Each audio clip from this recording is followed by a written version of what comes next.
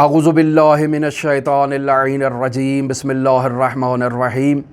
अल्हम्दुलिल्लाहि रब्बिल आलमीन अस्सलातु वस्सलामु अला अशरफिल अंबिया वल मुरसलीन व अला आलिहि तय्यबीन ताहिरीन अल मासूमीन अल्लज़ीना अज़हबल्लाहु अन्हुमुर रिज्सा व तहहरहुम तत्हीरा।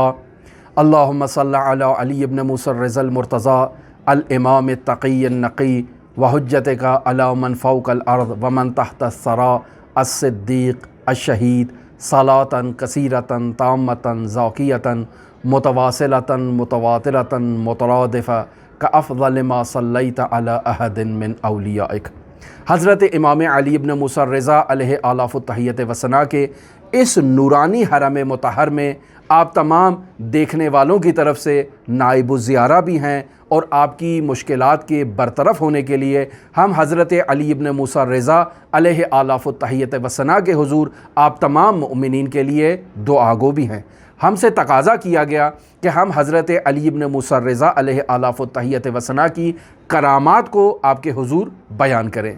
एक माजरा आपकी खिदमत में नकल करता हूँ जिसे शेख सद्दूक़ रहमतुल्लाह अलैह ने बयान किया है। माजरा उस वक्त से मुताल्लिक़ है जब हज़रत इमाम रिज़ा अलैहिस्सलातु वस्सलाम को मामून ने अपने पास मर्व बुलाया और हज़रत इमाम रिज़ा अलैहिस्सलातु वस्सलाम मर्व की तरफ जाते हुए रास्ते में उनका गुज़र नेशापुर से हुआ और वो मारूफ़ हदीस जो हज़रत इमाम रिज़ा अलैहिस्सलातु वस्सलाम ने नेशापुर के अंदर बयान की, जो सिलसिलाए ज़हब के उन्वान से मारूफ़ है, कि जिसमें आप इरशाद फरमाते हैं कलिमतु ला इलाहा इल्लल्लाह हिस्नी फमन दखला हिस्नी आमिन मिन अज़ाबी। और फिर जब आपकी सवारी ने हरकत की तो आपने अपने सर को उस सवारी से बाहर निकाल कर हाज़रीन को मुखातब करार दे के कहा बेशर्तिहा व आना मिन शुरूतिहा, यानी विलायत अली इब्न मूसा रिज़ा इस कलिमा ला इलाहा इल्लल्लाह के पुख्ता कलम में दाखिल होने का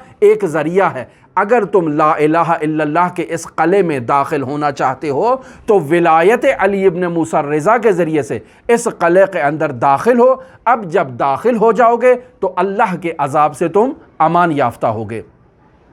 हज़रत इमाम रिज़ा अलैहिस्सलातु वस्सलाम नेशापुर में तशरीफ़ ला रहे हैं। तमाम शियायान हैदर करार अपने इमाम के इस्तकबाल के लिए तैयारियों में मसरूफ़ हैं। ज़ाहिरी बात है, आपको मालूम है कि नेशापुर शियायान हैदर करार का एक मुहकम किला था।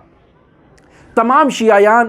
ताजिर और तमाम शख्सियात शहर को तैयार कर रहे हैं कि हमारे 8वें इमाम मशहदुर रिज़ा और यहाँ नेशापुर में तशरीफ़ ला रहे हैं, हम उनको इस्तकबाल करेंगे और उनको अपने घर में ठहराएंगे। तमाम लोगों ने इस्तकबाल की तैयारियां करना शुरू कर दी। वो शख्स जो शहर के इंतज़ामात को कंट्रोल कर रहा था और देख रहा था कि कौन कौन क्या तैयारियां कर रहा है, वो शख्स कहता है कि मैं शहर का चक्कर लगाते हुए एक ऐसे घर से गुज़रा हूँ जो नहायत ही हकीर घर है, नहायत ही मुहक्कर घर है, और वहाँ मैं क्या मुशाहिदा करता हूँ कि एक बूढ़ी खातून है, वो अपने घर को झाड़ू दे रही है, घर को मुरतब कर रही है और अपने दरवाजे के ऊपर जो है वो खूबसूरत रंग के कपड़े आवेज़ा कर रही है ताकि वो भी इमाम रिज़ा अलैहिस्सलातु वस्सलाम का इस्तकबाल कर सके। मैं उस खातून से पूछता हूँ कि बीबी तुम क्या कर रही हो? तो वो कहती है कि मैं इमाम रिज़ा के इस्तकबाल की तैयारी कर रही हूँ। इमाम रिज़ा अलैहिस्सलातु वस्सलाम मेरे शहर में आ रहे हैं, मैं ये चाहती हूँ कि मेरा घर तैयार हो ताकि जब हज़रत अली इब्न मूसा रिज़ा मेरे घर तशरीफ़ लाएँ तो किसी किस्म की गंदगी यहाँ मौजूद ना हो, पाको पाकीज़गा माहौल हज़रत अली इब्न मूसा रिज़ा को मिले। ये मुंतज़िम कहता है कि मैं इस बीबी से कहता हूँ कि ऐ बीबी, शहर के बड़े बड़े ताजिर इमाम रिज़ा को अपने घर ले जाने के लिए तैयार हैं। तुम्हारा घर तो नहायत ही हकीर किस्म का है, नहायत ही छोटा घर है, इसमें इब्तदाई ज़रूरियात की चीज़ें मौजूद नहीं हैं। तुम्हारे घर इमाम रिज़ा को कौन आने देगा? वहाँ मुकाबला लगा हुआ है। हर आदमी की ये ख्वाहिश है कि वो अली इब्न मूसा रिज़ा को अपने घर में लेकर जाए, उनकी मेहमान नवाजी करे। वो आपके घर उन्हें कैसे आने देंगे? लेकिन ये खातून एक आह भरती है और कहती है कि मैं भी ख़रीदारान यूसुफ की फहरिस्त में दाखिल होना चाहती हूँ। जिस तरह से ज़ुलेखा ने ख़ुद को तैयार किया था, मैं چاہتی ہوں کہ خود کو تیار کروں، ہو سکتا ہے حضرت علی ابن موسیٰ رضا میرے ہی گھر قیام کریں۔ لہٰذا وہ وقت مقررہ پہنچتا ہے اور امام علی ابن موسیٰ رضا علیہ السلام نیشاپور میں داخل ہوتے ہیں۔ جیسے ہی داخل ہوتے ہیں تو لوگوں کی نگاہوں سے اس بات کو درک کر لیتے ہیں کہ ہر کوئی امام رضا کو اپنے گھر لے جانے کے لیے تیار ہے۔ امام رضا علیہ السلام فرماتے ہیں کہ میں کسی شخص کی دل آزاری نہیں کرنا چاہتا ہوں، لہٰذا اپنے جد رسول خدا صلی اللہ علیہ وآلہ وسلم کی سیرت پر عمل کرتا ہوں۔ جیسے وہ مدینہ میں تشریف لائے تو انہوں نے حیوان کی مہار کو چھوڑ دیا کہ جہاں یہ حیوان جائے گا میں اور اس جگہ پر میرا قیام ہوگا۔ لہٰذا امام رضا علیہ السلام نے اپنی سواری کو آزاد چھوڑا تاکہ وہ خود جائے اور اپنے میزبان کا انتخاب کرے۔ یہ سواری ہوتی اسی بوڑھی خاتون کے دروازے پر آ کر رک جاتی ہے، اور ایسے میں امام رضا کی جب سواری وہاں رکتی ہے تو وہ جو شہر کا منتظم تھا وہ بھاگا آگے جاتا ہے، دروازے پہ دستک دیتا ہے۔ یہ خاتون بسندہ یا پسندے جب گھر سے باہر نکلتی ہے اور اس مجری اور اس منتظم کو مشاہدہ کرتی ہے تو وہ اسے کہتا ہے کہ امام رضا آپ کے گھر تشریف لائے ہیں۔ یہ خاتون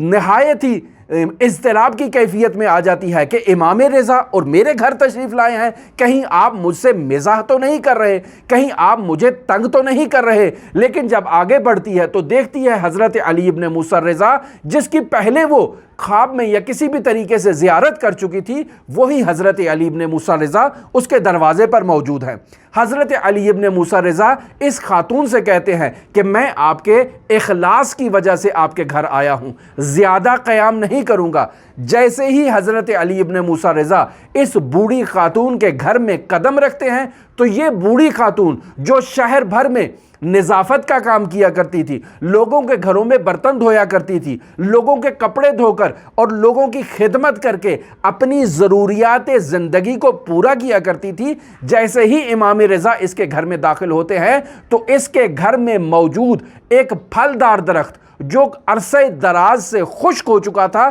امام کے قدم رکھتے ہی وہ درخت سرسبز و شاداب ہو جاتا ہے، پھل دینے لگ پڑتا ہے۔ امام رضا اس خاتون سے کہتے ہیں کہ اب آپ کی مشکلات برطرف ہو گئی ہیں، اب آپ کو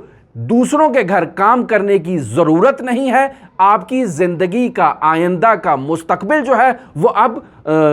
فراہم ہو چکا ہے اور آپ کو آئندہ کسی قسم کی مشکل پیش نہیں آئے گی۔ لہٰذا امام رضا اس بوڑھی خاتون کو دعا دے کر اس کے گھر سے رخصت ہوتے ہیں، اور اس دن کے بعد پورے نیشاپور میں جو کوئی شخص بیمار ہوتا ہے وہ اس خاتون کے گھر آتا ہے اور اس خاتون کے اس درخت کے پھل سے تھوڑا سا پھل تناول کرتا ہے، خداوند متعال اسے شفا دے دیتا ہے۔ جس شخص کا بھی کوئی حیوان بیمار ہوتا ہے وہ اس خاتون کے گھر آتا ہے، اس درخت کے پتے اس سے خاتون سے لیتا ہے، جا کر اپنے حیوان کو کھلاتا ہے اور وہ حیوان بھی صحیح و سالم و تندرست ہو جاتا ہے۔ یہ حضرت امام رضا علیہ آلاف و تحیت و ثنا کی ایک عنایت ہے اپنی مؤمنہ خاتون کے ساتھ، ایسی مؤمنہ جو دل سے امام رضا کے ساتھ محبت کرتی تھی، جو دل سے امام رضا کے اوپر توجہ کرتی تھی، جس کا امام رضا کے اوپر اعتقاد تھا، جس کو یقین تھا کہ میں امام رضا علیہ آلاف و تحیت و ثنا کی حضور خالص ہوں، لہٰذا اس کے اخلاص کی وجہ سے خداوند متعال نے امام رضا کی اس سواری کے دل میں یہ الہام کیا کہ جاؤ، جا کر اسی مؤمنہ کے گھر پہ جا کر توقف کرو اور اس مؤمنہ کو امام رضا کی بشارت عطا کرو۔ ہماری گفتگو آپ کے ساتھ حضرت امام رضا علیہ السلام کی کرامات کے عنوان سے جاری ہے۔ اگر آپ دلچسپی رکھتے ہوں تو ہمارے ساتھ رہ سکتے ہیں۔ اللہم صلی علی محمد و آل محمد وعجل فرج قائم آل محمد۔